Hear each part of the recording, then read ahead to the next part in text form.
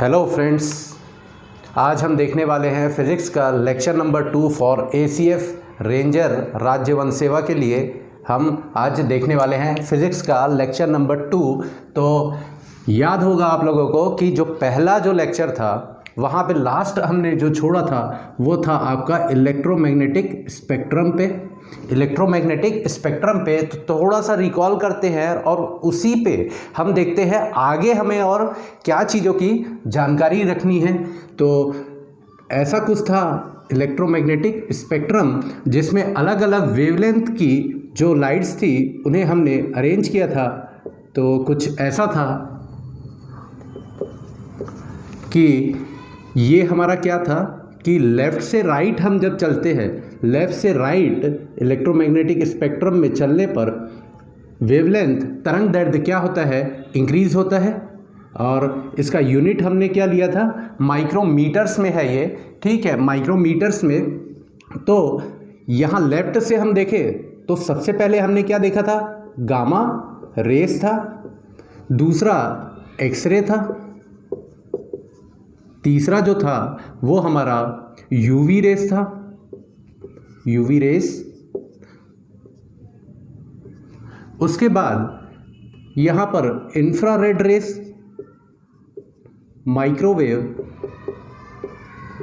Microwaves and यहाँ पर हमारा क्या था, रेडियो एंड टीवी वेव्स।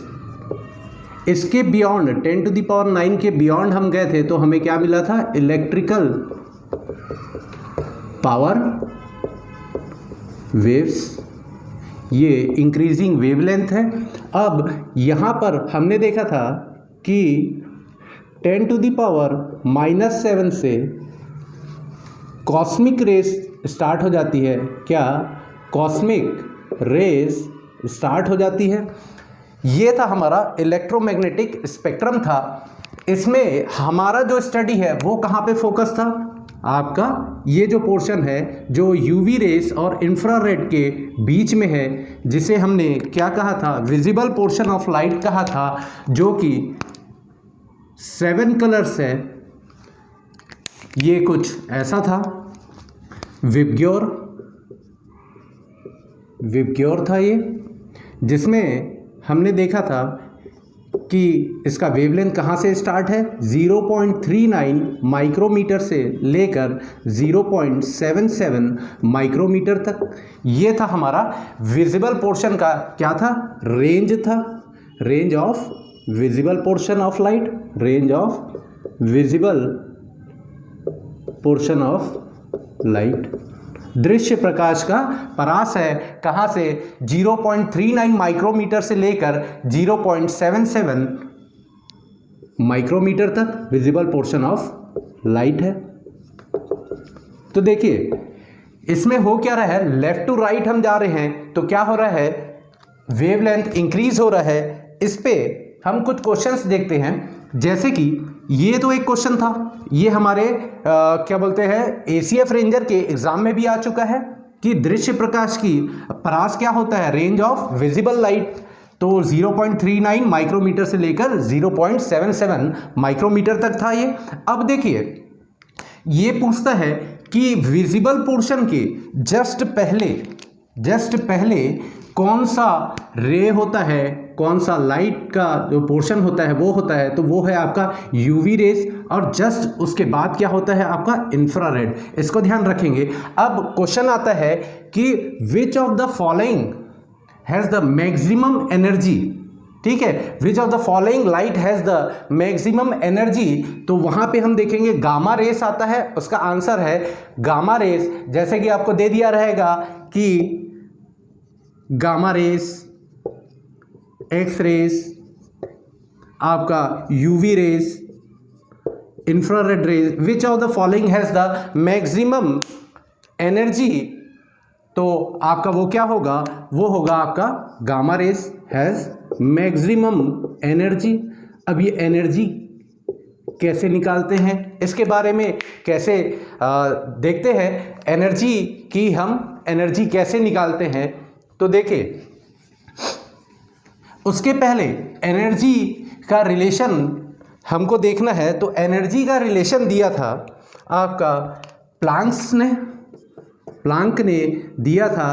तो थोड़ा सा प्लांक की थ्योरी के बारे में देखते हैं, प्लांक्स थ्योरी के बारे में देखते हैं, प्लांक के सिद्धांत के बारे में देखते हैं। प्लांक का सिद्धांत हमें ज़्यादा डीप में नहीं पढ़ना है, सिर्फ इसका जो फॉर्मूला है वो हमारे काम का है।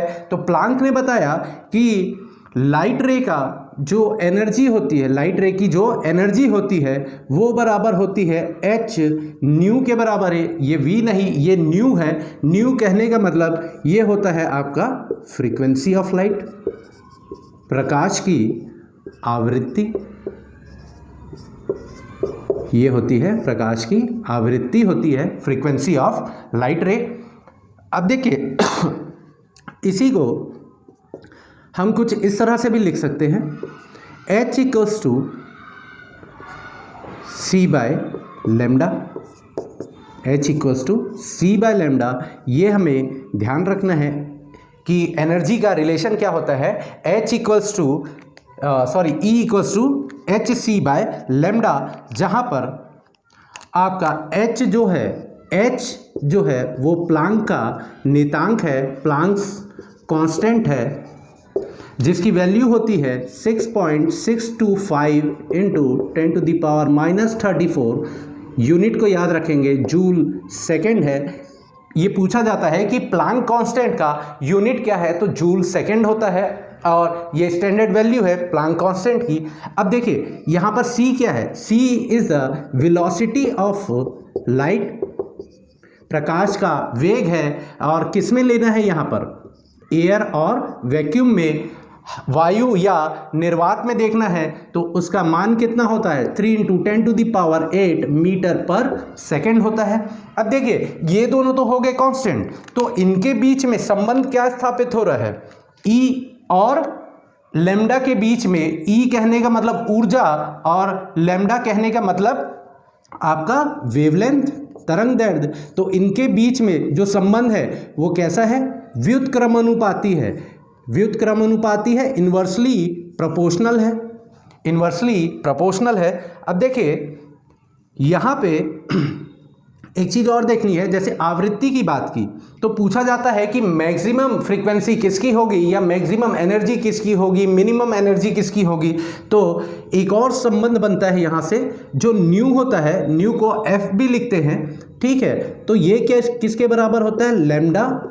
c बराबर क्या होता है, लेमडा न्यू के बराबर होता है। यहाँ पर c है आपका velocity of light, lambda is the wavelength of light and new is the frequency of light. तो देखिए ये तो हमारा कांस्टेंट है, ये पर्टिकुलर एक मीडियम के लिए क्या होता है, ये किस पे डिपेंड कर रहा है, मीडियम पे डिपेंड कर रहा है। और maximum speed of light is in air और वैक्यूम में है। तो मान के चलते हैं ये कांस्टेंट है। तो यहाँ से क्या रिलेशन बन रहा है, यहाँ से रिलेशन जो बन रहा है वो आपका lambda is inversely proportional to frequency of light, frequency of light के इनवर्सली प्रोपोर्शनल है। तो देखेंगे हमको ध्यान क्या रखना है, हमको ये सारी चीज़ें याद रखनी है, 1 2 3 ये 4 और ये 5, ये पांचों चीज़ें हमको याद रखनी है। और क्वेश्चन के लिए ये दोनों याद रखेंगे तो काफ़ी है। अब देखिए एनर्जी और वेवलेंथ, फ्रीक्वेंसी, ये तीनों में संबंध देख रहे हैं। तो हमारा हेडिंग क्या होगा, रिलेशनशिप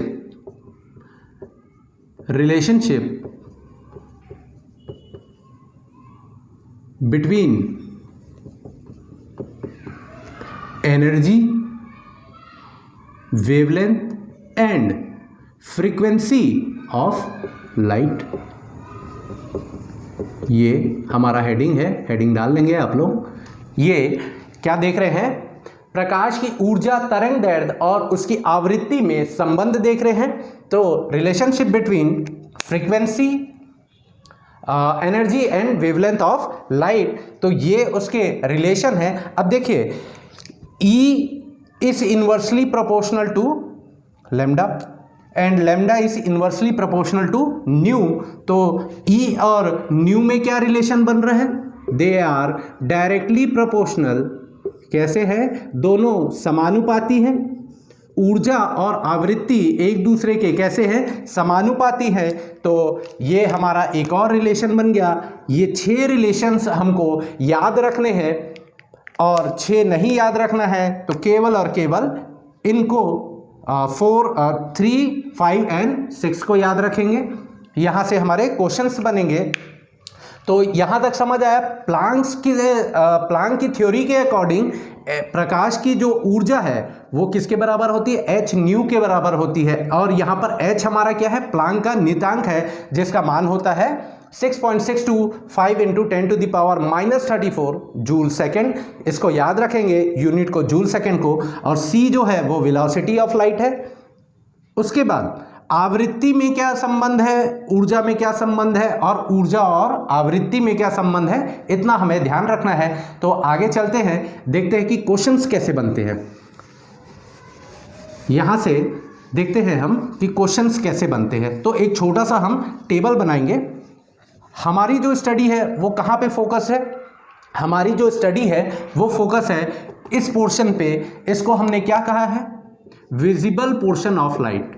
यह है हमारा विजिबल लाइट है, व्हाइट लाइट, श्वेत प्रकाश। क्या बोलते हैं भैया? दृश्य प्रकाश, दृश्य प्रकाश, या कहा जाए श्वेत प्रकाश। हमारा जो स्टडी है वो इसी में फोकस होगा। अब देखते हैं कि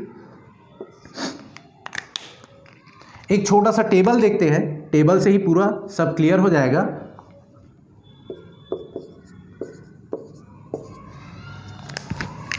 हमने देखा कि जो हमारा वेवलेंथ है वो वेवलेंथ मैक्सिमम किसके लिए है और मिनिमम किसके लिए है? तो मिनिमम जो है ये किस में है? माइक्रोमीटर्स में। तो मिनिमम वेवलेंथ यहाँ पे है। और जैसे जैसे हम वायलेट से रेड की ओर बढ़ते हैं तो क्या होता है? वेवलेंथ इंक्रीज होता है। और मैक्सिमम किसका होता है? वो रेड का होता है, रेड कलर का मैक्सिमम होता है। और बाकी ये सारे क्या है? इसके इंटरमीडिएट हैं, इंटरमीडिएट हैं। अब देखिए यहाँ पे वेवलेंथ क्या हो गई? मिनिमम और मैक्सिमम वाला केस देख लिए। अब जैसा कि हमने रिलेशन देखा था, रिलेशन कौन कौन से देखे थे? पहला रिलेशन था हमारा E is inversely proportional to lambda. दूसरा lambda is inversely proportional to frequency. और तीसरा ऊर्जा समानुपाती है किसके? आवृत्ति के। ये 3 रिलेशन हमने देखे। तो उन्हीं तीनों रिलेशंस को यहाँ पर हम अभी देखते हैं। अब देखिए सेकंड हम क्या देख रहे हैं कि एनर्जी क्या होगी। एनर्जी की बात करते हैं। यहाँ पे एनर्जी की बात करते हैं, प्रकाश के ऊर्जा की बात करते हैं। तो एनर्जी जो है इस रिलेशन से यहाँ पर देखिए ये मिनिमम है, तो ये एनर्जी क्या होगी? मैक्सिमम होगी। किसकी मैक्सिमम है? आपकी वायलेट की। वायलेट की एनर्जी जो है वो मैक्सिमम होगी। और रेड का जो तरंग दैर्ध्य है वो क्या है? सर्वाधिक है। तो इसकी ऊर्जा क्या होगी? न्यूनतम होगी, मिनिमम एनर्जी होगी। ये क्या होगी? मिनिमम एनर्जी होगी। अब बाकी सारे क्या होंगे? इसके इंटरमीडिएट होंगे। ये इंटरमीडिएट होंगे। ये हो गया आपका। अब देखिए तीसरा जो हमें देखना है वो आवृत्ति की बात करनी है। किसकी बात करनी है? हमें आवृत्ति की बात करनी है कि आवृत्ति क्या होगी, फ्रीक्वेंसी क्या होगी। तो फ्रीक्वेंसी देख रहे हैं हम कि इसके क्या है? व्युत्क्रमानुपाती है और इसके क्या है? समानुपाती है। तो मैक्सिमम एनर्जी है तो फ्रीक्वेंसी भी क्या होगी? मैक्सिमम होगी। यहाँ से थर्ड रिलेशन से। और जिस लाइट की एनर्जी मिनिमम है उसकी फ्रीक्वेंसी भी क्या होगी? मिनिमम होगी। ये बहुत इंपॉर्टेंट पॉइंट है, यहीं से हमारे 2 से 3 क्वेश्चन यहीं से बन जाएंगे। अब देखिए ये जो पोर्शन है यहां से क्वेश्चन कैसे बनेंगे देखते हैं। अब आपको दे दिया रहेगा कि निम्नलिखित प्रकाश की जो किरणें हैं उनको अरेंज करिए इंक्रीजिंग और डिक्रीजिंग ऑर्डर में। सपोज आपको दे दिया कि वॉयलेट, बैगनी और आपका ब्लू, नीला, ऑरेंज और रेड, इसको हमें जमाना है ऊर्जा के बढ़ते क्रम में, इंक्रीजिंग ऑर्डर ऑफ एनर्जी में बढ़ाना है। तो इंक्रीजिंग ऑर्डर बोल रहा है तो सबसे पहले हमको क्या देखना है, मिनिमम एनर्जी किसकी है, तो मिनिमम एनर्जी किसकी है आपकी, रेड की। उसके बाद ऑरेंज आएगा, फिर ब्लू, और फाइनली जो सबसे ज्यादा ऊर्जा होगी वो किसकी होगी, आपकी वॉयलेट की। तो ये है हमारा आंसर। और सेम इसमें मान लो पूछता है कि decreasing order of energy, decreasing order of energy, तो सबसे हमको क्या देखना है, मैक्सिमम को देखना है। तो ये होगा हमारा, ऐसा होगा, ये है हमारा आंसर, ऐसा होगा। अब सेम क्वेश्चन आप वेवलेंथ में तो दिक्कत नहीं है। अब उसके बाद सेम क्वेश्चन आपको पूछता है किसमें, फ्रीक्वेंसी के लिए। तो फ्रीक्वेंसी के लिए हमें क्या करना है, same E is directly proportional to आपका फ्रीक्वेंसी है, तो सेम वैसे ही कर लेंगे, इंक्रीजिंग ऑर्डर में देगा या आपका डिक्रीजिंग ऑर्डर में देगा। तो यहां तक समझ आया। अब नेक्स्ट आगे बढ़ते हैं। अब जैसा कि टॉपिक स्टार्ट करते ही मैंने आपको एनर्जी के बारे में बताया था कि निम्नलिखित में से सर्वाधिक ऊर्जा किसकी होगी, तो कुछ ऐसा था वो क्वेश्चन कि which of the following has the maximum energy, तो ऐसा दिया था question, UV rays and infrared rays. तो मैक्सिमम एनर्जी जो है, मैक्सिमम एनर्जी आपकी किसकी होगी, गामा रेस की। इस पॉइंट को नोट करेंगे कि इलेक्ट्रोमैग्नेटिक स्पेक्ट्रम में जो मैक्सिमम एनर्जी होती है वो किसकी होती है, आपकी गामा रेस की होती है। क्यों गामा रेस की, भाई देखो वेवलेंथ जो है, वेवलेंथ किधर, लेफ्ट टू राइट जाने पे इंक्रीज हो रहा है, और वेवलेंथ और फ्रीक्वेंसी में क्या है संबंध, व्युत्क्रमानुपाती है। तो फ्रीक्वेंसी राइट टू लेफ्ट जाने पे क्या होती है भैया, इंक्रीज होती है। कैसा हो रहा है, इंक्रीज हो रहा है। और मैक्सिमम एनर्जी किसकी होगी, फ्रीक्वेंसी जिसकी मैक्सिमम, फ्रीक्वेंसी जिसकी मैक्सिमम, एनर्जी भी उसकी मैक्सिमम। तो maximum energy is of gamma rays. चलिए यहां तक समझ आया। ये था हमारा इलेक्ट्रोमैग्नेटिक स्पेक्ट्रम था। यहाँ पे जितने पॉसिबल क्वेश्चंस थे वो सारे आपके इन्हीं नोट्स में है, इनको नोट कर लेंगे अच्छे से। रिलेशन देख लिया हम लोग कि ऊर्जा, तरंग दैर्ध्य और आवृत्ति में, प्रकाश की आवृत्ति में क्या संबंध होता है।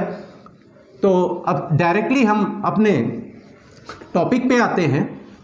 आज का जो हमारा टॉपिक है वो है हमारा रे ऑप्टिक्स।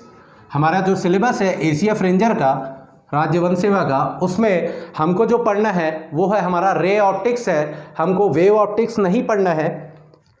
वेव ऑप्टिक्स और रे ऑप्टिक्स के बारे में हमने पहली क्लास में, पहले लेक्चर में हमने देखा था। तो शुरुआत करते हैं रे ऑप्टिक्स की। रे ऑप्टिक्स क्या होता है, रे ऑप्टिक्स में हमने देखा कि जो प्रकाश के गुण हैं, प्रकाश के गुण जैसे कि reflection, refraction, dispersion, scattering of light, different जो फिनोमिना है, ये प्रकाश की क्या है, प्रॉपर्टीज है, गुण है उसके। इनका अध्ययन रे ऑप्टिक्स में हम किन के द्वारा करते हैं, किरणों के द्वारा, किरणों के द्वारा करते हैं, किरणों के द्वारा करते हैं। उसी को हमने कहा किरण प्रकाशिकी कहा। यही हमारा सिलेबस में है, किरण प्रकाशिकी, प्रकाशिकी। तो शुरुआत करते हैं रे ऑप्टिक्स की। रे ऑप्टिक्स शुरू करने से पहले कुछ बेसिक टर्म्स के बारे में देखते हैं। और जैसा कि हम जानते हैं कि रे ऑप्टिक्स और वे ऑप्टिक्स में मैंने डिफरेंस बताया था, तो वहाँ पर हमने चीज़ देखा था, क्या देखा था कि size of object is much much bigger than the wavelength of light. Size of object, जो वस्तु का आकार है, वो प्रकाश के तरंगदैर्घ्य से बहुत ज़्यादा अधिक होता है, जिसमें हमने एग्जाम्पल लिया था कि ऑब्जेक्ट क्या क्या होंगे, मिरर, लेंस, प्रिज्म और अन्य प्रकाशिक यंत्र, अदर ऑप्टिकल इंस्ट्रूमेंट्स।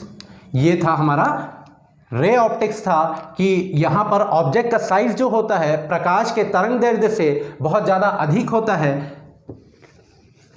ये हमने पहले लेक्चर में देखा था और बेसिक डिफरेंस भी देखा था कि रे और वे ऑप्टिक्स में क्या डिफरेंस होता है।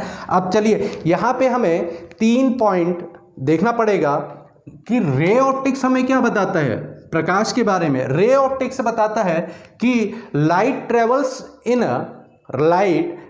इन अ स्ट्रेट लाइन।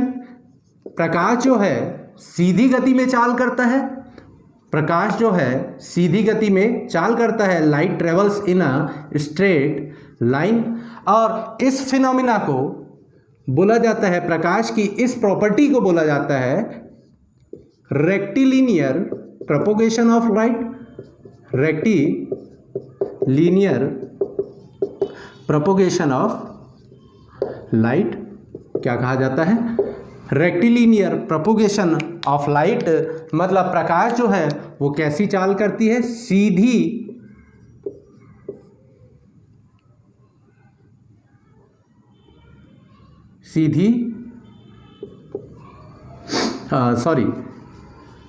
प्रकाश जो है वो कैसा करता है,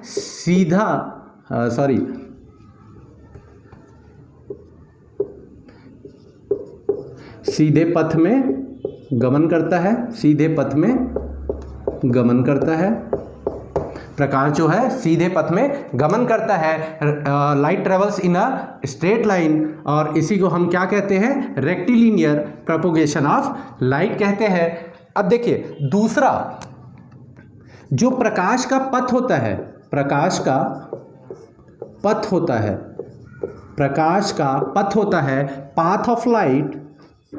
पाथ ऑफ लाइट, इसे किरण कहते हैं। क्या कहते हैं इसे, किरण कहते हैं, प्रकाश किरण कहते हैं, रे कहते हैं, लाइट रे कहते हैं। और इसको डिनोट किया जाता है एक सिंगल लाइन से, जिसमें एरो शो करता है कि प्रकाश जो है किस डायरेक्शन में ट्रेवल कर रही है। ये ऐसा भी हो सकता है, ये सिंगल एक लाइन से डिनोट करते हैं। तो प्रकाश के पथ को क्या कहते हैं, किरण कहते हैं। प्रकाश, path of light is known as ray of light. तीसरा जो पॉइंट है, किरणों के बंडल, बहुत सारी किरणों के बंडल को क्या कहते हैं, प्रकाश पुंज कहते हैं, बीम ऑफ लाइट कहते हैं। बहुत सारे प्रकाश के किरणों के बंडल को क्या कहते हैं, प्रकाश पुंज कहते हैं। क्या कहते हैं, प्रकाश पुंज कहते हैं, बीम ऑफ लाइट कहते हैं। ये तीनों चीज़ें हमें याद रखनी है। और इसको डिनोट कैसे करते हैं, इसको डिनोट करते हैं कुछ ऐसा होता है, बीम ऑफ लाइट इसे कहते हैं, बंडल ऑफ रेस उसको हम क्या कहेंगे, बीम ऑफ लाइट। यहाँ पर ध्यान रखना, कंफ्यूज मत होना, पहले लेक्चर में मैंने बताया था कि फोटॉन्स क्या होते हैं, photons are the packets of light होते हैं। क्या होते हैं वो, पैकेट्स और बंडल्स ऑफ लाइट होते हैं, पैकेट्स और बंडल्स ऑफ लाइट होता है, बंडल ऑफ लाइट होता है। और यहाँ पर बंडल ऑफ रेस है, बंडल ऑफ रेस को बीम कहेंगे और बंडल ऑफ लाइट को हम क्या कहेंगे, फोटोन कहेंगे। तो ये हमारा एक बेसिक इंफॉर्मेशन था हमारे जो आगे हमें फिनोमिनास पढ़ने हैं उनके लिए। तो ये था हमारा रे ऑप्टिक्स। हमें क्या क्या चीज़ें याद रखनी है, प्रकाश जो है वो सीधे पथ में गमन करती है, light travels in a straight line, और दूसरा रे ऑफ लाइट क्या होता है वो जानना है, और बीम ऑफ लाइट को याद रखना है। अब देखिए यहाँ से शुरू करते हैं, हमारा जो टॉपिक है रे ऑप्टिक्स के अंदर जो हमें प्रॉपर्टीज़ पढ़नी है। तो पहली प्रॉपर्टी जो है लाइट की वो हमें पढ़ना है, उसे हम कहेंगे रिफ्लेक्शन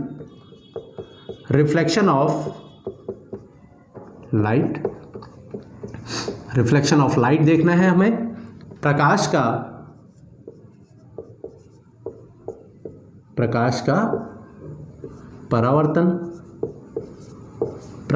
परावर्तन देखना है आज हमें।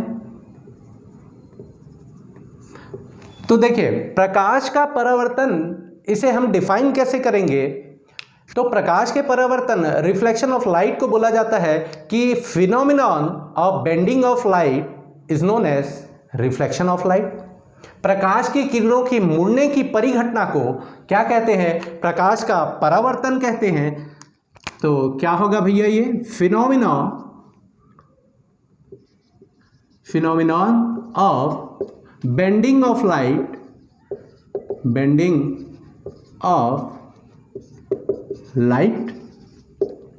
Phenomena of bending of light. अब देखिए प्रकाश की किरणों की मुड़ने की परिघटना क्या कहलाती है, आपका प्रकाश का परावर्तन कहलाती है। यहाँ पे जो इंपॉर्टेंट पॉइंट है वो ये है, इन सेम मीडियम। प्रकाश की किरणों की मुड़ने की परिघटना कहाँ, समान माध्यम में। माध्यम कैसा होना चाहिए, समान माध्यम होना चाहिए। तो देखते हैं कि कैसे समान माध्यम होता है और क्या क्या चीज़ें इसमें आती हैं। तो देखिए प्रकाश का परावर्तन, शुरुआत करते हैं, एक प्लेन सरफेस लेते हैं। प्लेन सरफेस है जिसको हमने क्या कर दिया, नीचे से पॉलिश कर दिया। ये क्या कर दिया हमने, पॉलिश कर दिया। अब ये जो सतह है, ये कैसा है, परावर्तक पृष्ठ है। ये है हमारा रिफ्लेक्टिंग सरफेस है। तो देखिए अकॉर्डिंग टू आवर डेफिनेशन कि reflecting of light is a phenomena of bending of light on a same medium. तो उसको कैसे प्रूफ करते हैं, यहां देखिए एक प्रकाश की किरण आई, इस सतह पे क्या हुई, आपतित हुई, इंसिडेंट हुई, और इसे हमने क्या कहा, इंसिडेंट रे। ये हमारी क्या हो गई, इंसिडेंट रे। और जिस बिंदु पर ये आपतित हुई उसी बिंदु पर एक लंबवत बनेगा जिसे हम क्या कहेंगे, नॉर्मल कहेंगे। नॉर्मल कहेंगे, हिंदी में इसे क्या कहते हैं, अभिलंब कहा जाता है। ये अभिलंब है, एक परपेंडिकुलर बनता है। प्रकाश की किरणें जहाँ पर आपतित होती है, जहाँ इंसिडेंट होती है, उसी बिंदु पर, उस सतह पे, परावर्तक पृष्ठ के उस सतह पे, आपतन बिंदु पर एक अभिलंब बनता है, नॉर्मल बनता है। और जितने भी कोण होंगे, इसको ध्यान रखेंगे कि जितने भी कोण होंगे, सभी कोणों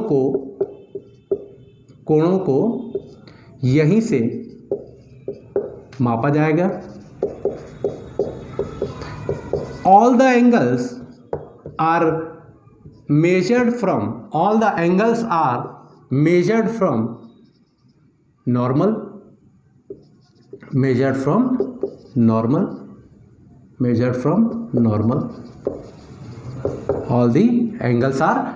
from normal। अब देखिए इस बिंदु पर, जिस बिंदु पर ये आपतित हुई, वहां पर अभिलंब बना और वहीं से ये क्या हो गई, परावर्तित हो गई, रिफ्लेक्ट हो गई, और इसे क्या कहा गया, रिफ्लेक्टेड रे कहा गया। ये हमारा रिफ्लेक्टेड रे है। अब देखिए यहां पर क्या बोल रहा है, यहां पर बोल रहा है कि सभी कोणों को यहीं से मापा जाएगा। कहां से, अभिलंब से नापा जाएगा। तो अभिलंब जो है एक परपेंडिकुलर है जिसे हम डिनोट करते हैं कैपिटल एन से डिनोट करते हैं। अब जितने भी कोण हैं, देखिए यहां से यहां तक गए तो ये कोण मेरा क्या हो गया, आपतन कोण, इंसिडेंट एंगल, और ये अभिलंब से इस ओर जाने पर ये क्या मिला, मेरा परावर्तन कोण है, रिफ्लेक्टर एंगल ऑफ रिफ्लेक्शन है, एंगल ऑफ रिफ्लेक्शन है। यहां तक समझ आया। अब देखिए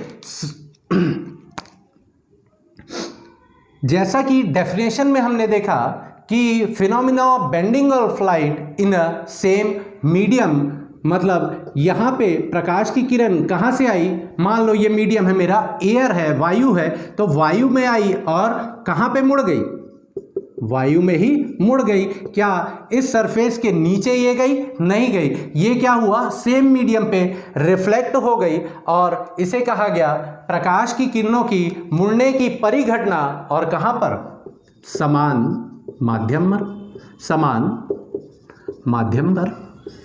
इसको ध्यान रखेंगे, ये क्वेश्चन आया है कि प्रकाश की किरणों की मुड़ने की परिघटना समान माध्यम में क्या कहलाती है, रिफ्लेक्शन, रिफ्रैक्शन, तो ये क्या कहलाती है, रिफ्लेक्शन कहलाती है। तो अब यहाँ पे आगे चलते हैं और देखते हैं कुछ और चीज़ें देखते हैं इस पे रिफ्लेक्शन में। रिफ्लेक्शन के कोई भी फिनोमिना है उसके कुछ नियम होते हैं, तो वैसे ही प्रकाश के परावर्तन के कुछ नियम हैं। लॉस ऑफ रिफ्लेक्शन, परावर्तन के नियम, लॉस ऑफ रिफ्लेक्शन, दो नियम दिए गए हैं परावर्तन के, दो नियम दिए गए हैं, जिसमें पहला जो नियम है उसके अनुसार जो आपतन कोण है और जो परावर्तन कोण है वो दोनों क्या होंगे, बराबर होंगे। Angle of incidence is equals to angle of reflection. और कैसे भाई, ऑलवेज, हमेशा। कहने का मतलब है ब्रह्मांड में कहीं भी परावर्तन की घटना देखी जा रही है तो वहां पर आपतन कोण और परावर्तन कोण क्या होंगे, सेम होंगे, सेम होंगे। वहां पर आपतन कोण और परावर्तन कोण, मतलब यूनिवर्स में कहीं भी रिफ्लेक्शन की घटना हो रही है, परिघटना हो रही है, तो वहां पर आपतन कोण और परावर्तन कोण क्या होंगे, बराबर होंगे। और दूसरा जो नियम है, तो दूसरा नियम क्या कहता है, आपतित किरण अभिलंब और परावर्तित किरण तीनों आपतन बिंदु पर समान तल पर होंगे। कैसे होंगे, समान तल पर होंगे, on a same plane. Incident ray, normal and reflected ray all lies in a same plane.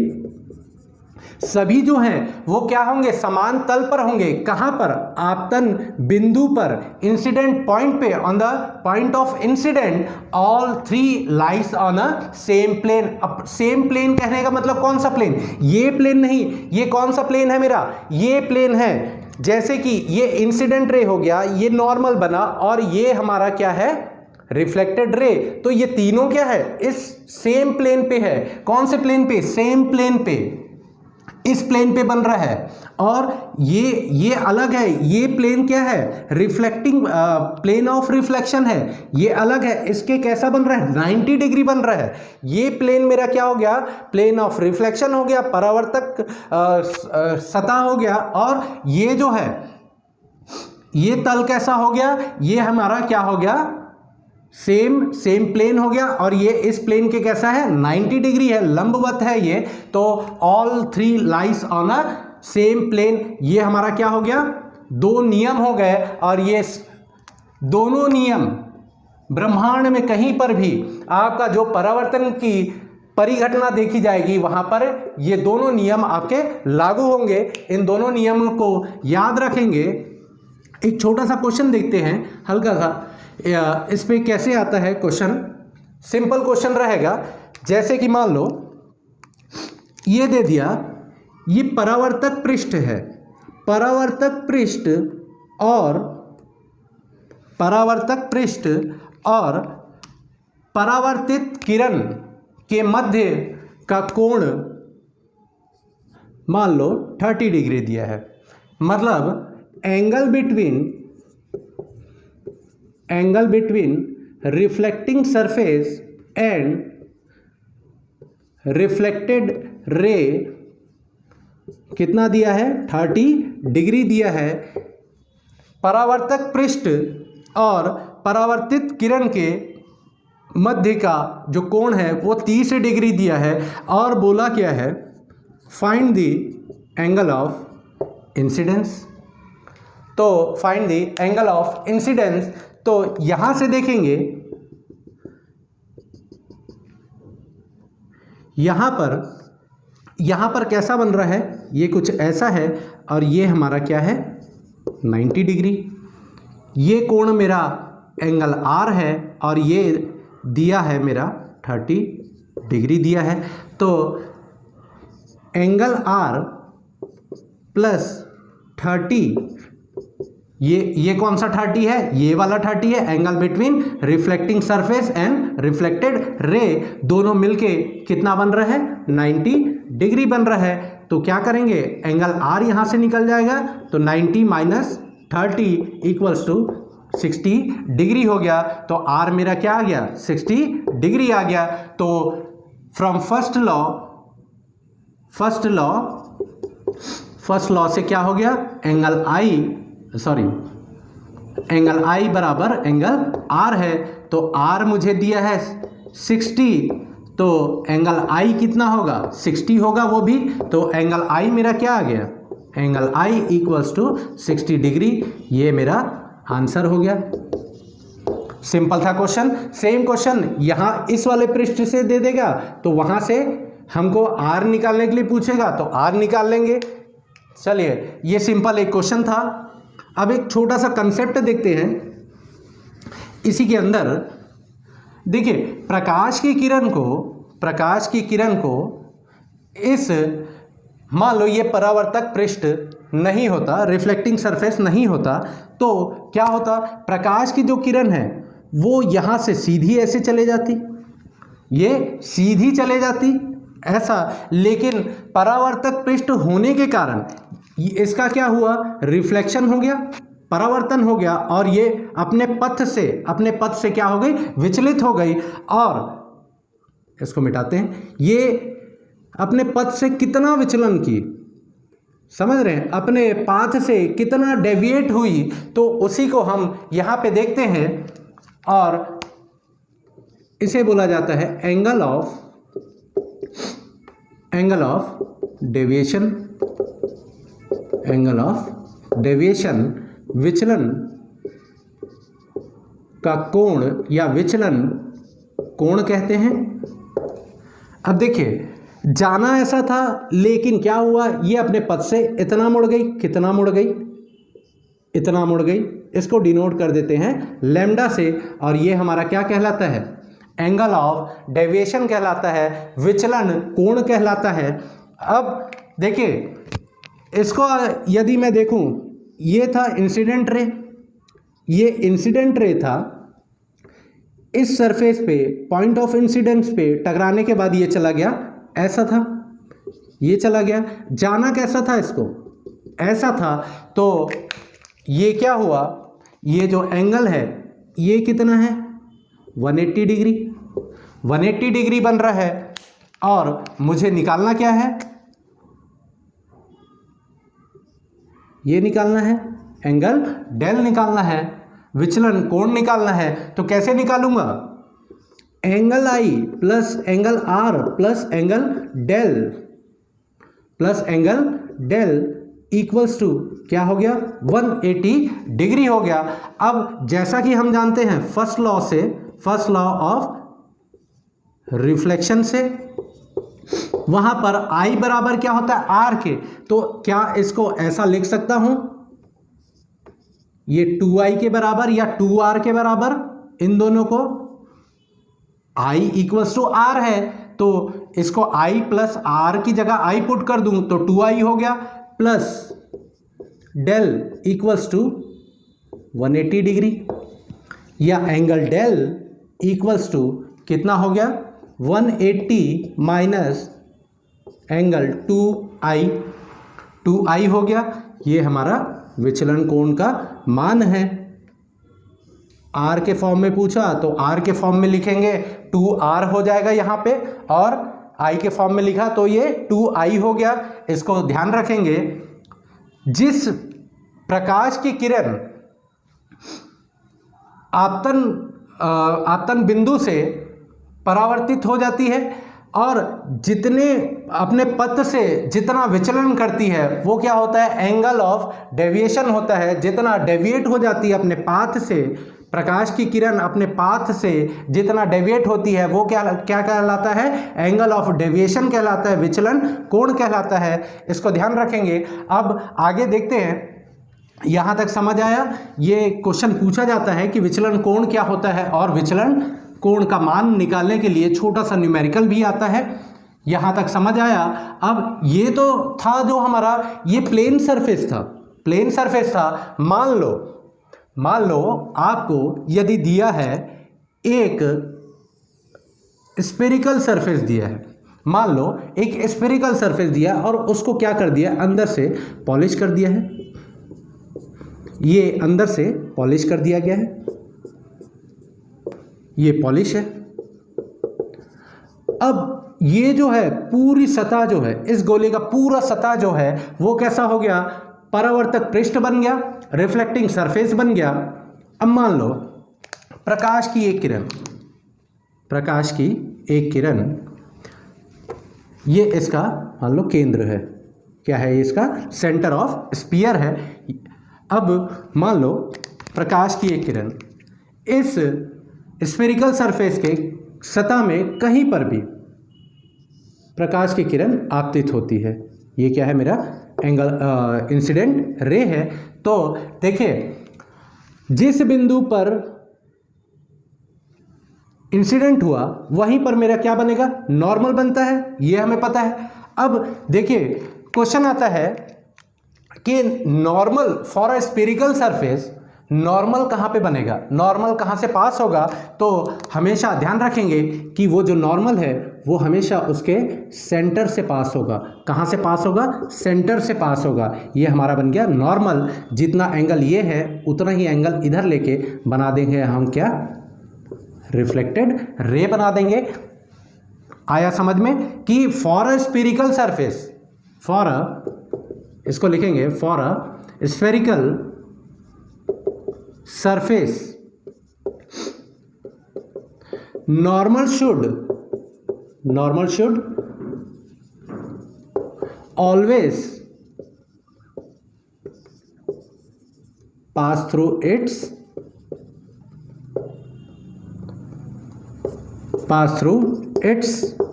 center। एक गोली सतह के लिए, एक गोली पिंड के लिए, फॉर अ स्फेरिकल ऑब्जेक्ट और सरफेस, यहाँ पर क्या हो रहा है, एक गोली पिंड के लिए या गोली सतह के लिए अभिलंब जो है उसके केंद्र से होकर गुजरता है। कहाँ से गुजरता है, उसके केंद्र से होकर गुजरता है। इसको ध्यान रखेंगे कि उसके केंद्र से होकर गुजरता है एक गोली सतह के लिए नॉर्मल। मान लो यहाँ पर दिया, ये इंसिडेंट रे है, ये आ गया I। तो अब क्या करेंगे, ये नॉर्मल बन रहा है, तो नॉर्मल कैसा बनेगा,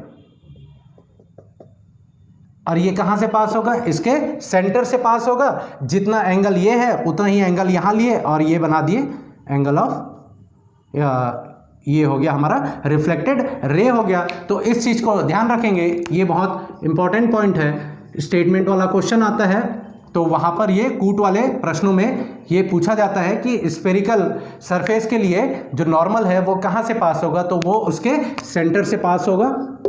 इसको ध्यान रखेंगे। चलिए ये केस समझ आया। अब मान लो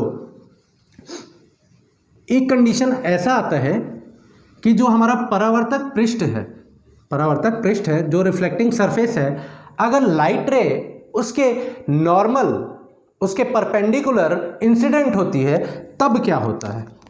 तो देखते हैं। मान लो ये मेरा एक रिफ्लेक्टिंग सरफेस है, ये एक मेरा रिफ्लेक्टिंग सरफेस है।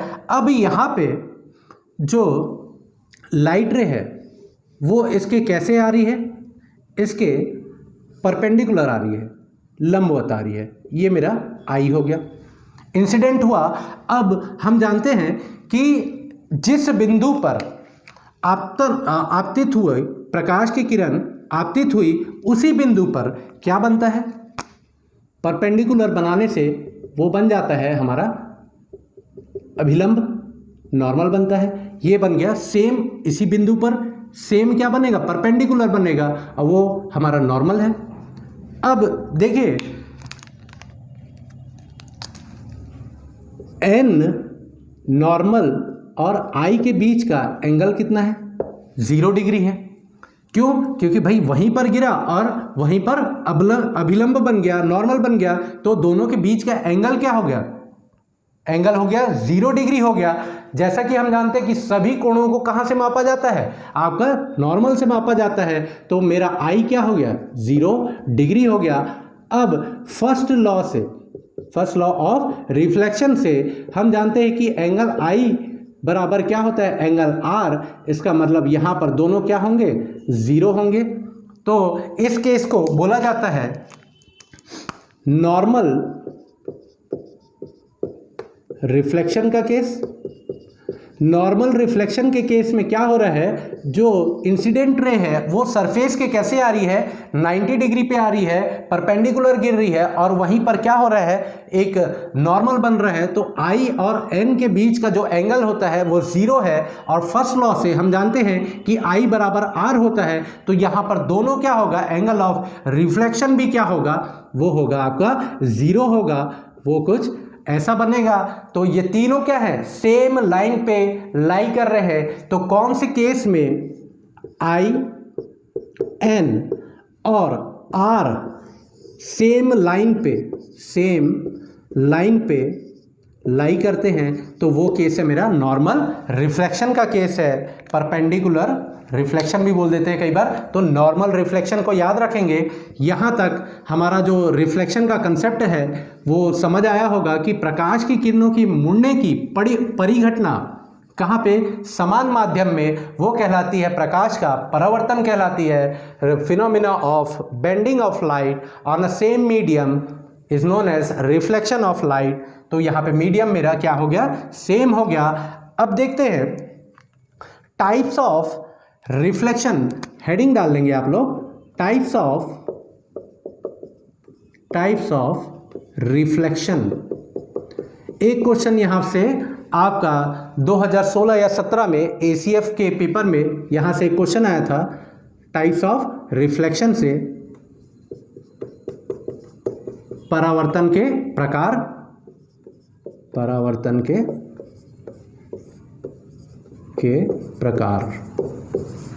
Types of reflection. देखिए टाइप्स ऑफ रिफ्लेक्शन 2 तरह के होते हैं। एक तो जो रेगुलर रिफ्लेक्शन होता है, जिसमें क्या होता है, इंसिडेंट रे आती है, सरफेस पे टच क्या बोलते हैं, स्ट्राइक होती है, और उसके बाद पैरेलली क्या होती है, जितने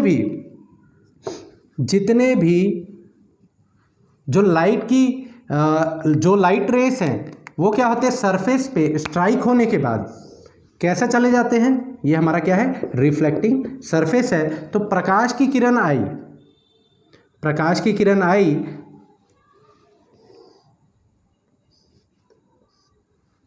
और सरफेस पे टकराने के बाद, तो ये कैसा रिफ्लेक्शन हो रहा है, इनके बीच में ये क्या है, पैरेलल है।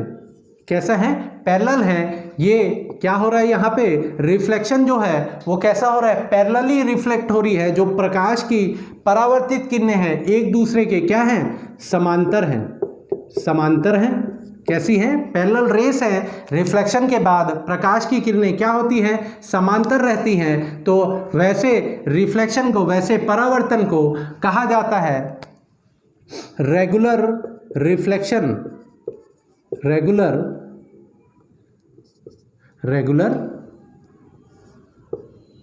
रिफ्लेक्शन।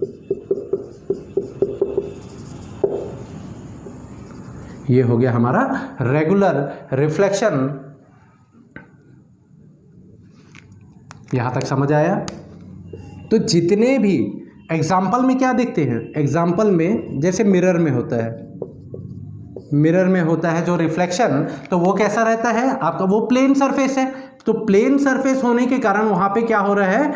रेगुलर रिफ्लेक्शन हो रहा है, नियमित परावर्तन हो रहा है। क्या हो रहा है भाई? नियमित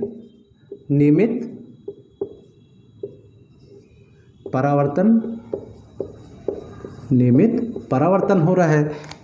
चलिए इसको ध्यान रखेंगे। ये है आपका रेगुलर रिफ्लेक्शन, जहां पर परावर्तित किरणें एक दूसरे के क्या होती है? समांतर होती है। अब दूसरा जो है वहां पर दूसरे केस में क्या होता है? जो परावर्तक जो पृष्ठ है, जो परावर्तक सतह है, वो कैसा होता है? असमान होता है। असमान होता है। ये हो गया इर्रेगुलर सरफेस हो गया, ये इर्रेगुलर सरफेस हो गया। तो यहां पर होता क्या है? प्रकाश की किरणें जो आती है,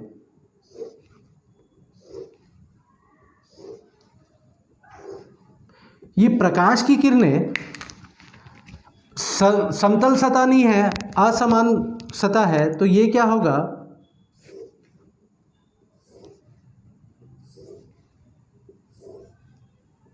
तो देखिए यहां पर परावर्तन के बाद क्या ये किरणें समांतर है? क्या ये रेस पैरेलल है? रिफ्लेक्टेड रेस क्या एक दूसरे के पैरेलल है? क्या नहीं है। तो ऐसे केस को, ऐसे टाइप को बोला जाता है इर्रेगुलर रिफ्लेक्शन और डिफ्यूज्ड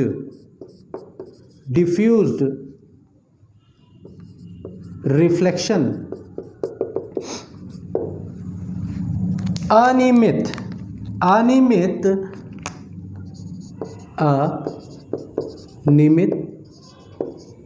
परावर्तन, या कहा जाए विसरित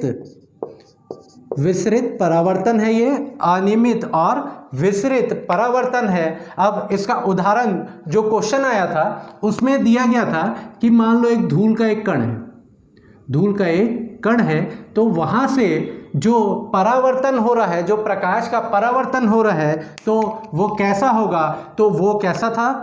अनियमित या विसरित, diffused, irregular type of reflection होता है। कि एक डस्ट पार्टिकल है तो उसके सरफेस से जो रिफ्लेक्शन होगा वो कैसा होगा? इर्रेगुलर और डिफ्यूज्ड रिफ्लेक्शन होगा, अनियमित या विसरित आपका परावर्तन होगा। तो इसके कुछ एग्जाम्पल्स भी देख लेते हैं। ये क्या था हमारा? इर्रेगुलर रिफ्लेक्शन था या डिफ्यूज्ड रिफ्लेक्शन था। अब देखिए इसके एग्जाम्पल क्या होता है? जो खिड़की के खुरदुरे कांच होते हैं, खिड़की के खुरदुरे कांच होते हैं, जो हमें क्या जो मैक्सिमम सनलाइट है उससे बचाने के लिए वो कैसा होता है? खुरदुरा सतह होता है। तो क्या हुआ? ये हमारा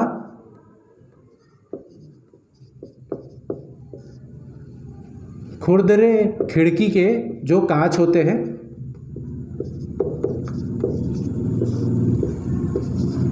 ये हो गया। दूसरा, अखबार में लिखे हुए जो अक्षर है उनको पढ़ने के लिए तो डिफ्यूज रिफ्लेक्शन वहाँ पे काम आता है। न्यूज़पेपर वाला। अब यहाँ पर एक चीज़, ये तो एग्जाम्पल हो गया, एक चीज़ नोट करेंगे, है ना, एक चीज़ नोट करेंगे। अभी हमने दो सतह देखे। कैसा देखा? दो सतह देखे। एक तो जो नियमित जो सतह होती है, जो रेगुलर सरफेस होता है, और एक अनियमित या डिफ्यूज्ड जो सरफेस होता है। तो अब ये पूछा जाता है कि जो प्रकाश की किरणों की जो परावर्तन की मात्रा है वो अधिक किस पे होगी? तो प्रकाश की किरणों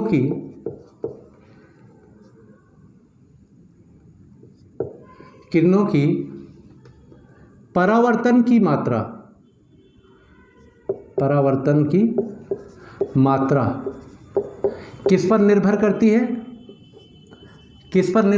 ये प्रश्न आता है कि प्रकाश की किरणों की जो परावर्तन की मात्रा है, amount of reflection of a light रे डिपेंड्स ऑन, किस पे डिपेंड करता है? उस सतह पे डिपेंड करता है, डिपेंड्स ऑन द नेचर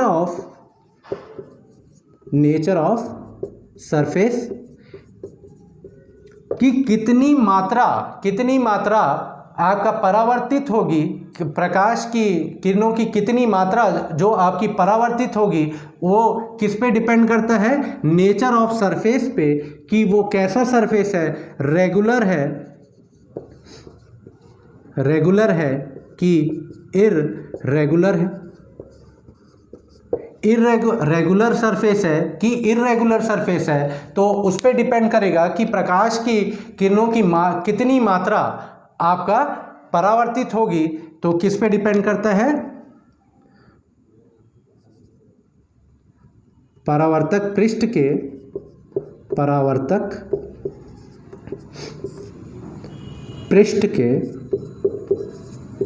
पृष्ठ की प्रकृति पर। ये है उत्तर इसका, कि प्रकाश की किरणों की मात्रा कितनी परावर्तित हो रही है वो किस पे डिपेंड करता है? परावर्तक पृष्ठ की प्रकृति पर, नेचर ऑफ सरफेस। कौन सा सरफेस? रिफ्लेक्टिंग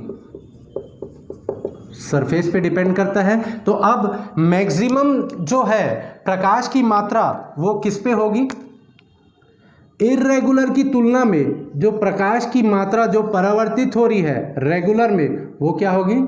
ज़्यादा होगी। यहाँ पे मैक्सिमम अमाउंट ऑफ लाइट क्या है? रिफ्लेक्ट होगी। किससे? रेगुलर सरफेस से। तो इतना ध्यान रखेंगे। ये हमारा क्या बोलते हैं, रिफ्लेक्शन ऑफ लाइट का बेसिक इंट्रोडक्शन था। यहाँ पे जितने भी थे फिनोमिना हमने देख लिए, जो पॉसिबल क्वेश्चंस थे उनको हमने देख लिया। अब जैसा कि मैंने पहले लेक्चर में आप लोगों को बताया था कि हम जो सीक्वेंस है, अब इसके बाद मुझे क्या पढ़ना चाहिए? सेकंड जो प्रॉपर्टी है लाइट की, जैसे कि रिफ्रैक्शन है, रिफ्रैक्शन। लेकिन हम रिफ्रैक्शन ना पढ़ के हम क्या करेंगे? रिफ्लेक्शन के बाद सीधा इसका एप्लीकेशन देखेंगे, और एप्लीकेशन में हम देखेंगे नेक्स्ट वीडियो में मिरर से स्टार्ट करेंगे, और रिफ्रैक्शन में हम देखेंगे लेंस। ये है हमारा, ऐसा हम देखेंगे, सीक्वेंस में देखेंगे कि रिफ्लेक्शन का फिनोमिना हम अप्लाई कहाँ कर रहे हैं? एप्लीकेशन है आपका मिरर में है, और रिफ्रैक्शन जो है वो लेंस में है। अब यहाँ पे एक चीज़ ध्यान रखेंगे, शुरू करते हैं हम लोग। तो रिफ्लेक्शन जब हो रहा है तो वहाँ पर प्रतिबिंब बनेगा। क्या बनेगा? इमेज बनेगा, इमेज फॉर्मेशन होगा।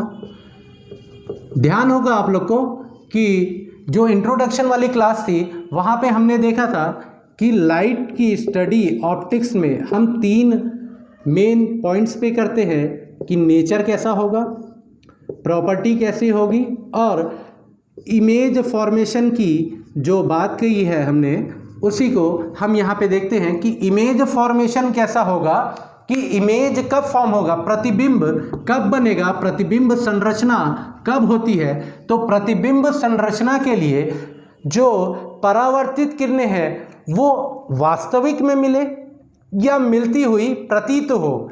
कहने का मतलब जो रिफ्लेक्टेड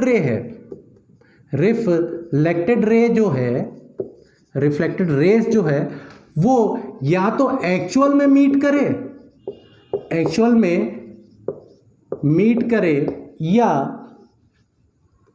अपीयर्स टू मीट हो।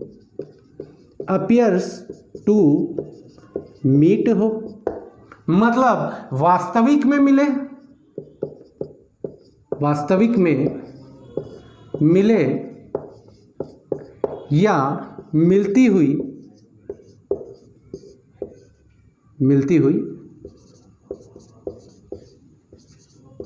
प्रतीत हो। कैसा है भाई?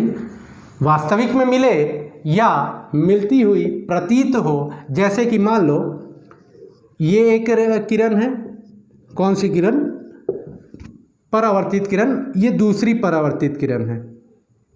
तो जिस बिंदु पर मिलेंगे वहां पर क्या बनेगा? मेरा प्रतिबिंब बनेगा, प्रतिबिंब बनेगा। दूसरा, मिलती हुई प्रतीत हो। मान लो प्रकाश की किरणें ये डॉटेड लाइन में दिखा रहे हैं, मतलब मिलती हुई प्रतीत हो रही है, तो वहां पर मेरा क्या बनेगा? प्रतिबिंब बनेगा, इमेज बनेगा। तो इसको ध्यान रखेंगे। इमेज फॉर्मेशन कब होता है? जब रिफ्लेक्टेड रेस एक्चुअल में मीट करे, वास्तविक में मिले या मिलती हुई प्रतीत हो, तो वहां पर मेरा क्या बनेगा? प्रतिबिंब बनेगा। प्रतिबिंब संरचना ऐसी होती है, परावर्तित किरणें जहां पर मिले या मिलती हुई प्रतीत हो तो उस बिंदु पर मेरा क्या बनेगा? प्रतिबिंब बनेगा। ये थी बात इमेज फॉर्मेशन की। अब इमेज कितने टाइप के होते हैं? तो इमेज यहाँ पे दो तरह के होते हैं। प्रतिबिंब दो तरह के होते हैं। पहला जो होता है वो होता है रियल इमेज। रियल इमेज मतलब वास्तविक प्रतिबिंब, वास्तविक प्रतिबिंब। और दूसरा जो होता है वो है आभासी प्रतिबिंब। दूसरा जो है वो आभासी प्रतिबिंब है, यानी कि virtual image. Real and virtual image दो तरह के प्रतिबिंब होते हैं। तो दोनों के बारे में थोड़ा सा एक एक दो पॉइंट देखते हैं कि रियल इमेज हमेशा कैसा होगा? उल्टा होगा। कैसा होगा? उल्टा। रियल इमेज हमेशा, इसको ध्यान रखेंगे। आगे जितना भी हम लोग इमेज फॉर्मेशन देखेंगे, है ना, आपका प्लेन मिरर हो गया, आपका स्फेरिकल मिरर हो गया, कॉनकेव कॉन्वेक्स हो गया, अवतल उत्तल हो गया, तो सभी में ये काम आएगा। और आगे चल के जब हम नेचुरल ऑप्टिकल इंस्ट्रूमेंट्स देखेंगे, ह्यूमन आई, तो वहाँ भी काम आएगा। तो ये रियल इमेज हमेशा कैसा होगा भाई? उल्टा होगा। कैसा होगा? उल्टा होगा, इन्वर्टेड होगा। इन्वर्टेड हमेशा क्या होगा? इन्वर्टेड। और वास्तविक प्रतिबिंब को पर्दे पर उतारा जा सकता है, उतारा जा सकता है। मतलब कैन बी ऑब्टेन्ड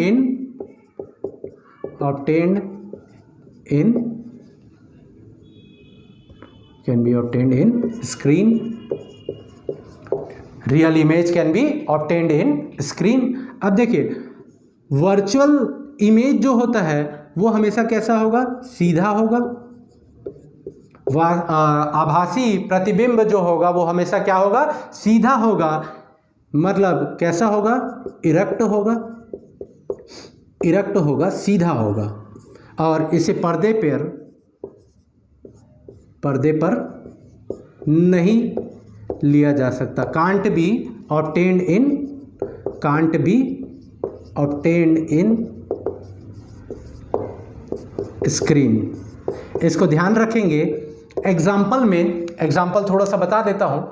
जैसे कि रियल इमेज जो है वो ह्यूमन आई में, मानव नेत्र में, ह्यूमन आई में जो प्रतिबिंब बनता है वो कैसा होता है? रियल एंड क्या होता है भाई?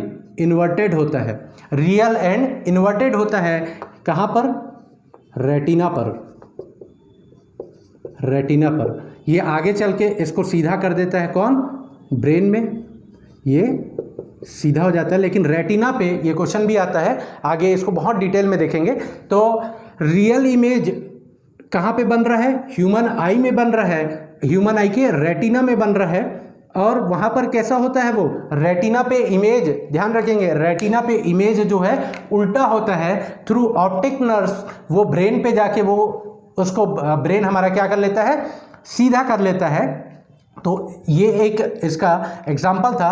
और आभासी प्रतिबिंब जैसा समतल दर्पण में,